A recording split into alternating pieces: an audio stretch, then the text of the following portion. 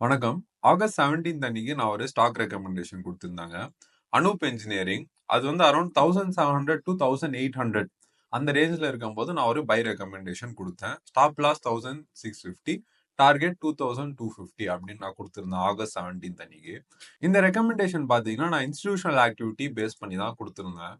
Tool கிட்ல வந்து இந்த institutional activity screener எப்படி இன்னும் எஃபெக்டிவா யூஸ் பண்றது? அதுக்கு வந்து இந்த வீடியோ ரொம்ப யூஸ்ஃபுல்லா இருக்கும். நம்ம ரெக்கமெண்டேஷன் குடுத்த டேட்ல இருந்து இன்னி வரைக்கும் பார்த்தீங்கன்னா, இங்க வந்து நான் ரெக்கமெண்டேஷன் குடுத்திருந்தேன். இன்னைக்கு வந்து பிரைஸ் அரவுண்ட் 3500, 3600 லெவலுக்கு மூவ் ஆயிருக்கு. இது வந்து எனக்கே தெரியாது. இங்க நம்ம ரெக்கமெண்டேஷன் குடுக்கும்போது இது இவ்வளவு மூவ் ஆகும்னு நமக்கு தெரியாது. நம்ம வந்து என்ன பார்க்குறோம்னா, இன்ஸ்டிடியூஷன்ஸ் என்டர் ஆறாங்க. பிக் மணி என்டர் ஆகுது. அதுக்கு கீழ ஒரு ஸ்டாப் லாஸ் வச்சுட்டு நம்ம வந்து லாங் போலாம்.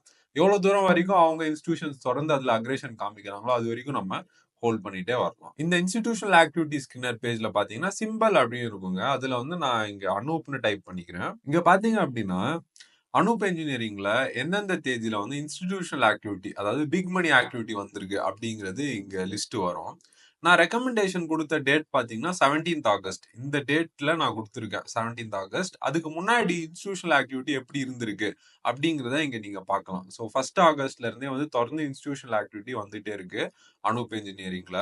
இந்த பேஜ்ல நமக்கு ஒவ்வொரு ரோவா டேட்டா பாயிண்ட் வந்துட்டே இருக்கும். இதை சப்போஸ் நீங்க கிராஃபிக்கல் ஃபார்மேட்ல பார்க்கணும் அப்படின்னா முன்னாடி பேஜ் கிளிக் பண்ணீங்க அப்படின்னா அந்த பேஜ்ல வந்து இந்த கிராஃபிக்கல் ஃபார்மேட்ல வரும். பிரைஸ் எப்படி மூவ் ஆயிருக்கு, இங்க இன்ஸ்டிடியூஷனல் ஸ்பைக்ஸ்னு இருக்கும். எந்தெந்த தேதியெல்லாம் இன்ஸ்டிடியூஷனல் ஸ்பைக் வந்திருக்கு. இங்க பாத்தீங்கன்னா 26 ஜூன் வந்திருக்கு. அது தொடர்ந்து 15 ஜூலை வந்திருக்கு. அதுக்கப்புறம் பாத்தீங்கன்னா இங்க 31 ஜூலை, 7th ஆகஸ்ட் இந்த மாதிரி ஸ்பைக்ஸ் எல்லாம் இருக்குல்ல. இந்த மாதிரி ஸ்பைக்ஸ் வர டேட்லாம் நீங்க ரொம்ப முக்கியமா பார்க்கணும். ரீசெண்டா கூட 17th அக்டோபர் அன்னைக்கு பெரிய ஸ்பைக் வந்திருக்கு. அங்கேயும் அக்ரெசிவ் பையிங் வந்திருக்கு. நான் உங்களுக்கு காமிக்கிறேன். அது தொடர்ந்து 2700ல இருந்து கிட்டத்தட்ட 3500 வரைக்குமே மூவ் ஆயிருக்கு. மறுபடியும் இந்த பேஜுக்கு நம்ம வந்துருவோம்.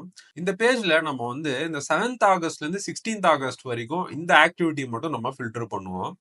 இப்போ இங்க வந்து நான் 7th இருந்து 16th போடுறேன். ஆகஸ்ட் மாசம் நம்ம போகணும். ஆகஸ்ட் 7th இருந்து இங்கேயும் நம்ம ஆகஸ்ட் மந்த் போனோம்.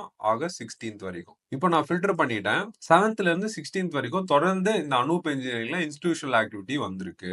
இப்போ 7th ஆகஸ்ட் பாத்தீங்கன்னா பிரைஸ் வந்து 1712 இருந்திருக்கு. இதுல டெலிவரி பெர்சன்டேஜ் பாத்தீங்கன்னா 49ஓட அதிகமா இருக்கு. 49 அப்படிங்கிறது வந்து அதோடைய ஆவரேஜ் டெலிவரி பெர்சன்டேஜ்.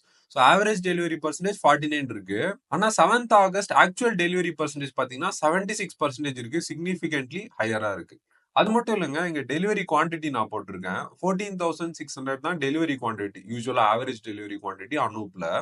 அந்த குவான்டிட்டியோட கிட்டத்தட்ட 4 டைம்ஸ் இருக்கு. 56,339 வந்து ஆக்சுவல் டெலிவரி குவான்டிட்டி அந்த 7th ஆகஸ்ட் அன்னைக்கு. ஸோ டெலிவரி குவான்டிட்டியும் சிக்னிஃபிகன்ட்லி ஹையா இருக்கு. டெலிவரி பர்சன்டேஜும் சிக்னிஃபிகன்ட்லி ஹையா இருக்கு. அன்னைக்கு பிக் மணி ஆக்டிவிட்டியும் இருந்திருக்கு. இதுல இருந்து 3 விஷயம் கன்ஃபார்ம் ஆயிடுதுங்க. முதல்ல அவங்க அக்ரெசிவா வந்திருக்காங்க. குவான்டிட்டியும் சிக்னிஃபிகண்டா இருக்கு. 3வது டெலிவரி பர்சன்டேஜும் ரொம்ப ஹையா இருக்கு. நம்ம கண்டுபிடிக்க வேண்டிய மிச்சம் ஒரு விஷயம் என்ன அப்படின்னா, அவங்க பை பண்ணியிருக்காங்களா, செல் பண்ணியிருக்காங்களா அப்படிங்கிறத நம்ம கண்டுபிடிக்கணும். ஏன்னா, இந்த நம்பர்ஸ் வச்சுட்டு நம்ம இது பையிங்கா, செல்லிங்கான்னு சொல்ல முடியாது. இது செல்லிங்கா கூட இருக்கலாம். ஏன்னா செல் பண்ணும்போது கூட அக்ரெசிவா செல் பண்ணலாம்.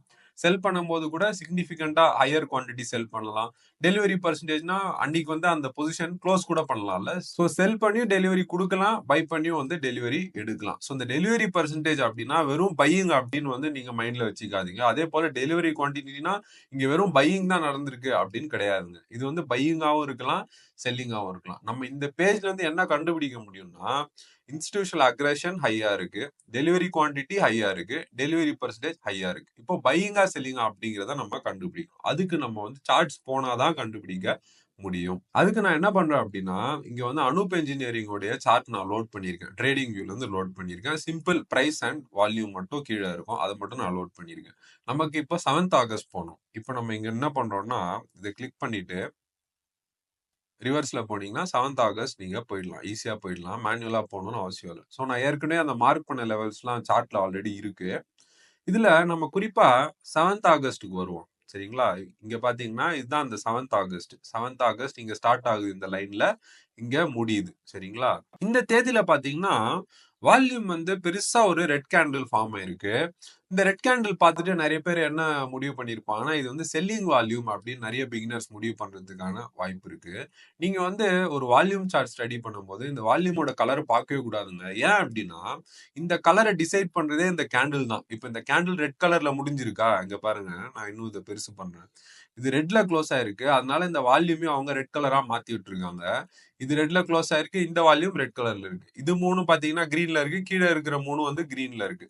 இங்க மறுபடியும் ரெட், வால்யூமும் ரெட். சோ இந்த கேண்டில் என்ன கலர் இருக்கோ அந்த கலர் தான் வந்து அவங்க வால்யூம்க்கு குடுத்துருவாங்க. சோ இந்த கலரை வச்சுக்கிட்டு இது செல்லிங் வால்யூம் அப்படின்னு நீங்க முடிவு கட்டிடக் கூடாது. இது பையிங்கா செல்லிங்கா அப்படிங்கிறத நீங்க கண்டுபிடிக்கணும். அது எப்படி கண்டுபிடிக்கிறதுன்னா, சாதாரணமா இந்த வால்யூம் வச்சுக்கிட்டு அத நீங்க கண்டுபிடிக்க முடியாது. இங்க கீழ வந்து நான் ஒரு இண்டிகேட்டர் வச்சிருக்கேங்க. அது என்னன்னு பார்த்தீங்கன்னா, நீங்க அப் டவுன் வால்யூம் இண்டிகேட்டர். நீங்க இண்டிகேட்டர்ஸ்ல போயிட்டு அப்ன்னு ஜஸ்ட் டைப் பண்ணுங்க. ஃபர்ஸ்ட்டே வந்து இந்த அப் ஸ்லாஷ் டவுன் வால்யூம் அதுதான் வரும். இந்த அப் டவுன் வால்யூம் வச்சுக்கிட்டு நம்ம கண்டுபிடிக்கலாம். இது ஆக்சுவலி இங்க வந்து பையர்ஸ் அக்ரெசிவா வந்திருக்காங்களா? இல்ல செல்லர்ஸ் அக்ரெசிவா வந்திருக்காங்களான்னு ஆக்சுவலா நம்ம கண்டுபிடிக்க முடியும். இங்க பார்த்தீங்கன்னா, இங்க பையிங் தான் நெறைய நடந்திருக்கு. ஓவராலா இந்த கேண்டில்ல வந்து இந்த வால்யூம் கேண்டில்ல வந்து ரெட் கலர்ல போட்டுட்டாங்க. வால்யூம் பார வந்து ரெட் கலர்ல போட்டுட்டாங்க. ஆனா, இங்க ஆக்சுவலி பையிங் அக்ரேஷன் தான் நெறைய இருந்திருக்கு. செல்லிங் அக்ரேஷனோட. அத இங்க கிளியரா பார்க்கலாம். இந்த அப் டவுன் வால்யூம்ல பார்த்தீங்கன்னா, நீங்க கஸ்டம் டைம் ஃப்ரேம் செலக்ட் பண்ணிட்டு, அதுல நீங்க 1 மினிட், இல்ல 1 செகண்ட், இல்ல 1 டிக் எது வேணா நீங்க சூஸ் பண்ணிக்கலாம். நீங்க லோவர் டைம் ஃப்ரேம் போக போக வந்து ட்ரேடிங் வியூ சப்ஸ்கிரிப்ஷன் ரொம்ப காஸ்ட்லி ஆகும். இப்போ 1 டிக் டேட்டாலாம் உங்களுக்கு வேணும் அப்டின்னா, ஒரு வருஷத்துக்கே கிட்டத்தட்ட வந்து ரூ. 2,00,000 கிட்ட செலவு பண்ற மாரி வரும். பிளாக் ஃப்ரைடே சேல்ஸ்லாம் வந்ததுன்னா கூட, ஒரு வருஷத்துக்கே 60, 70,000 அட்லீஸ்ட் 80,000 வந்து செலவாகும். அந்த இயர்லி பிரீமியம் 1 டிக் டேட்டா எடுக்கிறதுக்கு. 1 செகண்ட் டேட்டா வந்து கொஞ்சம் சீப்பரா அவைலபிளா இருக்கும். 1 மினிட் ஜெனரலா நான் வச்சுக்கிறேன். சோ இந்த அப் டவுன் வால்யூம் வந்து நமக்கு கிளியரா சொல்லிடுச்சு பாருங்க. இதுல வந்து பையிங் அக்ரேஷன் தான் செல்லிங் அக்ரேஷன் விட ஜாஸ்தியா இருக்கு. சோ இந்த இடத்துல அக்ரெசிவ் பையிங் தான் நிறைய நடந்திருக்கு. அதனால தான் பாத்தீங்கன்னா 1700 வந்து நான் பையிங்கா மார்க் பண்ணிருக்கேன். இங்க வால்யூம் ரெட்டா இருந்தாலும் நம்ம அங்க பையிங் நடந்திருக்கு. அக்ரெசிவ் பையிங் நடந்திருக்கு. இங்க நீங்க பார்க்கலாம் அப் டவுன் வால்யூம்ல. இப்போ இந்த இடத்துக்கே நம்ம எப்படி முதல்ல வந்தோம்? இன்ஸ்டிடியூஷனல் ஆக்டிவிட்டி ஸ்கீனர்ல அந்த டேட்ல இன்ஸ்டிடியூஷனல் ஆக்டிவிட்டி இருந்திருக்கு அப்படின்னு ரெக்கார்ட் ஆனதால தான் நம்ம வந்து அந்த டேட்டுக்கே வந்திருக்கோம். இப்போ அடுத்து பாத்தீங்கன்னா 8ஆம் தேதி, 9ஆம் தேதி, 12ஆம் தேதி, 13ஆம் தேதி, 16ஆம் தேதி எல்லா தேதியும் பாத்தீங்கன்னா டெலிவரி குவான்டிட்டி வந்து ஆவரேஜ் டெலிவரி குவான்டிட்டியோட ஹையா இருக்கு.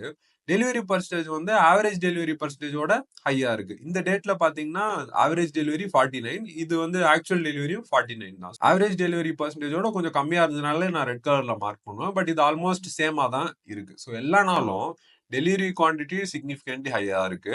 டெலிவரி பர்சன்டேஜும் சிக்னிஃபிகன்ட்லி ஹையா இருக்கு. இன்ஸ்டிடியூஷன்ஸும் அக்ரெசிவா என்டர் ஆறாங்க. ஸோ 8, 9, 12, 13, 16. இப்போ இங்க நம்ம போவோம். இப்போ 8, 9 பாத்தீங்கன்னா இந்த இடத்துல அக்ரெசிவா பை பண்ணிருக்காங்க. இது இங்க வால்யூமும் வந்து கிரீன் கலர்ல தான் இருக்கு. அக்ரேஷனும் பாத்தீங்கன்னா பையிங் சைட்ல தான் நிறைய இருந்திருக்கு. இங்க 12ஆம் தேதி பாத்தீங்கன்னா அங்கேயும் வந்து அக்ரேஷன் பையிங் சைட்ல தான் இருந்திருக்கு. நீங்க இங்க கிளியரா பார்க்கலாம். இது வந்து ரெட் கலர் வால்யூம் பாரா இருந்தாலும் அந்த வால்யூம்லயும் பையிங் அக்ரேஷன் தான் நிறைய இருந்திருக்கு. இங்கேயும் பாத்தீங்கன்னா பையிங் அக்ரேஷன் தான் நிறைய இருந்திருக்கு 13ஆம் தேதி.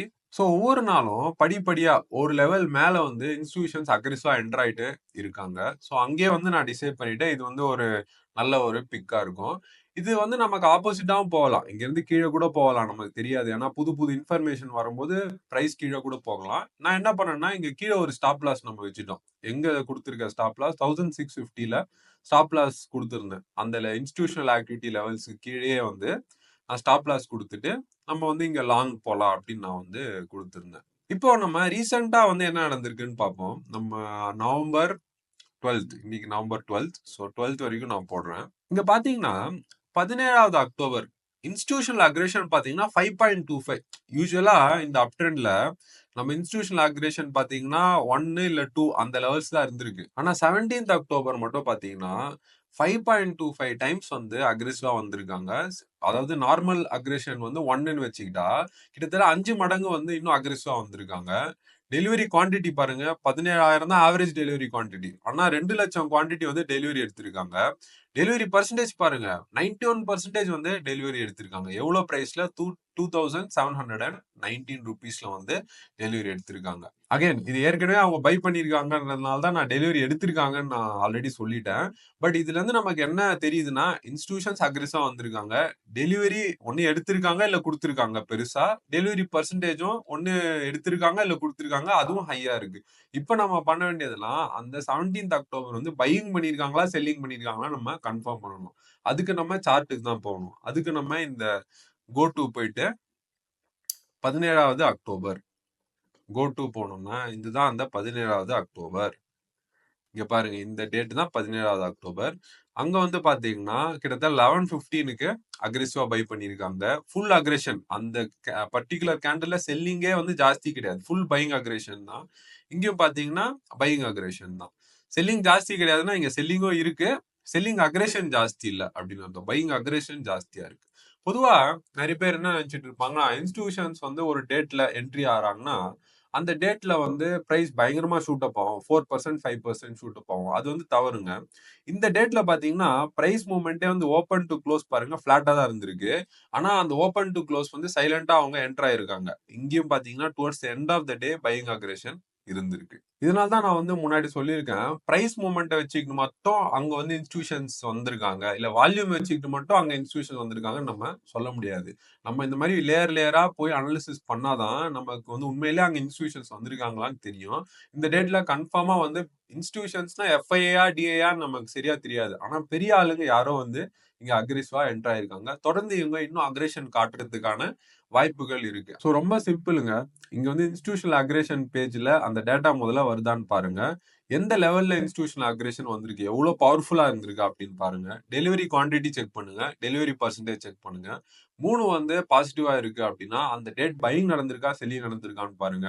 பையிங் நடந்ததுன்னா அந்த லெவலுக்கு கீழே ஒரு ஸ்டாப் லாஸ் வச்சுட்டு நீங்க வந்து லாங்கா போகலாம். இப்ப நான் என்ன பண்றேன்னா ரீசெண்டா இப்ப நேத்து இன்னைக்கு நவம்பர் 12th ஸோ நேத்து வந்து நவம்பர் 11th ஸோ அந்த டேட் வரைக்கும் தான் நமக்கு டேட்டா இருக்கும். நவம்பர் 11th நான் செலக்ட் பண்றேன். இப்போ இதுல வந்து நான் குவாலிட்டி வந்து மினிமமா 40 அதுக்கு கீழே இருந்தா நான் அதை பாக்குறதே கிடையாது. பேசிக்கா 40க்கு மேல இருக்கணும். மார்க்கெட் கேப் வந்து பாத்தீங்கன்னா மினிமம் 2000 crores ஆவது இருக்கணும். ஓகே. இப்போ நமக்கு வந்து 11th நவம்பர்ல எத்தனை ஸ்டாக் வந்திருக்கு? கீழ பாத்தீங்கன்னா கிட்டத்தட்ட ஒரு 55 ஸ்டாக் வந்திருக்கு. இந்த 55 ஸ்டாக்ல எனக்கு வந்து முதல்ல இன்ஸ்டிடியூஷனல் அக்ரேஷன் வந்து எதுல ரொம்ப ஹையா இருக்கு அப்படின்னு பார்க்கணும். இந்த இன்ஸ்டிடியூஷனல் அக்ரேஷன் வந்து நீங்க சார்ட் பண்ண பிறகு இதுல நீங்க பாத்துட்டு வாங்க. எந்தெந்த ஸ்டாக் வந்து டெலிவரி குவான்டிட்டி ஹையா இருக்கு, டெலிவரி பர்சன்டேஜும் ஹையா இருக்கு அப்படின்னு பாத்துட்டே வாங்க. இப்போ ஏஐ இன்ஜினியரிங் எடுத்துக்கோங்க. இன்ஸ்டிடியூஷனல் அக்ரேஷன் வந்து 3.12 நார்மல் அக்ரேஷனோட 3 மடங்கு ஜாஸ்தியா இருக்கு. டெலிவரி குவான்டிட்டி ஹையா இருக்கு. டெலிவரி பர்சன்டேஜும் ரொம்ப ஜாஸ்தியா இருக்கு. ஸோ ஏஐ இன்ஜினியரிங் இருக்குல்ல அதை நம்ம போய் பார்ப்போம். இப்போ நேத்து பாத்தீங்க அப்படின்னா இங்க பாருங்க இங்க வந்து அரௌண்ட் 9:30க்கு வந்து 2 பெரிய வால்யூம் கேண்டில் வந்திருக்கு. ஒன்னு வந்து பாசிட்டிவா இருக்கு, ஒன்னு நெகட்டிவா இருக்கு. ஆனா அந்த 2 கேண்டில்ல பாத்தீங்கன்னா 2த்துலயுமே வந்து பையிங் அக்ரேஷன் தான் ஜாஸ்தியா இருந்திருக்கு. இங்க கீழே நீங்க பார்க்கலாம். 2மே வந்து பச்சை கலரா தான் இருக்கு. ஸோ பையிங் அக்ரேஷன் ஜாஸ்தியா இருக்கு. இந்த இடத்துல வந்து பிக் மணி உள்ள வந்திருக்கு. ஸோ இந்த மாதிரி ஒவ்வொரு நாளும் இந்த இன்ஸ்டிடியூஷனல் ஆக்டிவிட்டி ஸ்கின்னர் பேஜ்ல என்னென்ன ஸ்டாக்ஸ்லாம் வருது, அதுல எவ்வளவு அக்ரேஷன் இருக்கு, டெலிவரி குவான்டிட்டி எப்படி இருக்கு, டெலிவரி பர்சன்டேஜ் எப்படி இருக்கு, பிரைஸ் எப்படி மூவ் ஆயிருக்கு, எந்த டைரக்ஷன்ல அக்ரெசிவா மூவ் ஆயிருக்கு, இதெல்லாம் நான் உங்களுக்கு சொல்லியிருக்கேன். இதெல்லாம் ஒவ்வொன்றா எடுத்து நீங்க ஸ்டடி பண்ணணும். ஸ்டடி பண்ணிட்டு தான் அதுக்கப்புறம் வந்து அந்த ஸ்டாக் குவாலிட்டி ஸ்டாக்கா, குவாலிட்டி ஸ்கோர் இங்க இருக்கும். ஓரளவுக்கு வந்து இந்த குவாலிட்டி ஸ்கோர்லாம் ரிலையபிள் தான். இதுல இன்னும் வந்து நீங்க இன்டெப்தா ஸ்டாக் ரிப்போர்ட்லாம் வேணும் அப்படின்னா நீங்க வந்து ஃபர்தர் அந்த ஸ்டாக் வந்து அதோடைய revenue data last 10 years revenue data, last 10 years operating profit, last 10 years ROCE, ROE அந்த மாதிரி டேட்டாலாம் எடுத்து நீங்க ஃபர்தர் ஸ்டடி பண்ணலாம். ஸோ ஃபண்டமெண்டலாவும் அந்த ஸ்டாக் நல்லா இருக்கு. வேல்யூவேஷனும் ஓரளவுக்கு ரீசனபிள் வேல்யூவேஷனா இருக்கு. இன்ஸ்டிடியூஷன்ஸும் வந்து அதுல அக்ரேஷன் காமிக்கிறாங்க. பிக் மணி அக்ரேஷன் காமிக்குது அப்படின்ற பட்சத்துல நீங்க வந்து அந்த ஸ்டாக்ல ஒரு ஷார்ட் டேர்முக்கு இல்ல ஒரு ஃபியூ மந்த்ஸுக்கோ நீங்க வந்து ஒரு லாங் ட்ரேட் புல்லிஷ் ட்ரேட் வந்து அதுல எடுக்கலாம்.